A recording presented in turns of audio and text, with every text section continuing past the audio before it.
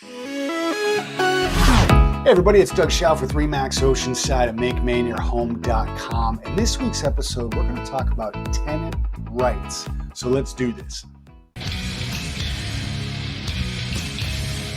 All right, everybody, today we're going to talk about tenant rights. I'm just going to shine some light on a couple things, a couple questions that I get asked a lot. Before we get started on this video, I want to say I'm not a lawyer. I'm not a real estate lawyer. I'm a real estate broker. This is really going to be just informational. I highly recommend, if you found this video because you're searching for, hey, I got a problem, I recommend reaching out to an attorney. We took a lot of notes here from Pine Tree Legal.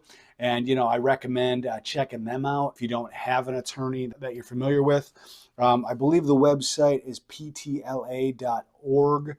I've had a lot of clients use them in the past, and they seem great. So a couple key laws that, Maine landlords and tenants should know. You should understand what type of lease you have.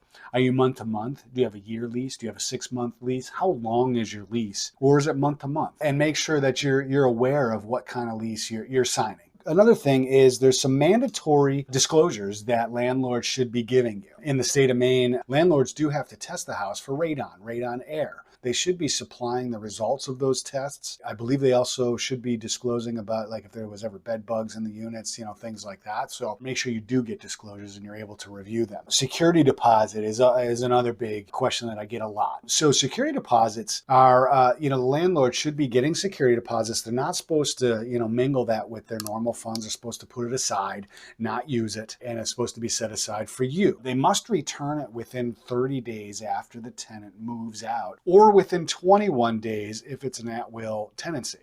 And if they had to use any of it, they are required to give you itemized use of the security deposit. Typically, your landlord should be talking to you about this. Most people will be reasonable. Tenants also have the right to know the energy costs or utility bills, and it's on you, per the lease, to pay the heat, the electricity, et cetera, et cetera. It's on you to, maybe ask hey, what are the utility bills, and find those out. So it is in your rights to know that information.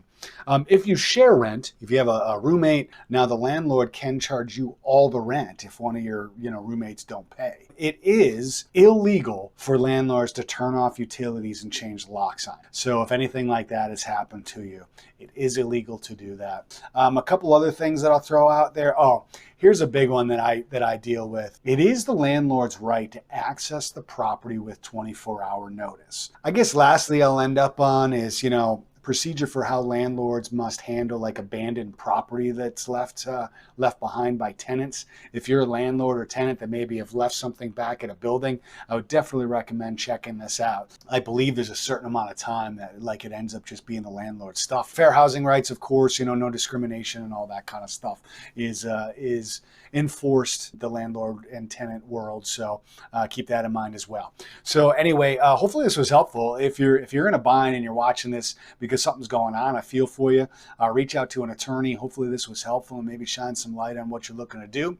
Contact Pine Tree Legal. You can do a ton of research on the internet and all that stuff as well. But anyway, if you have any questions or comments, comment below.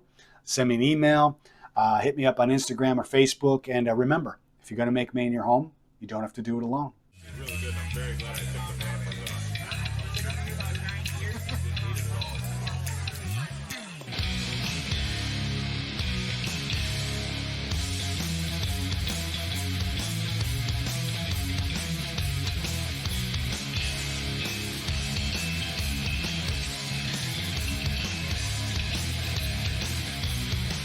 I'm getting old, I'm getting tired of taking time.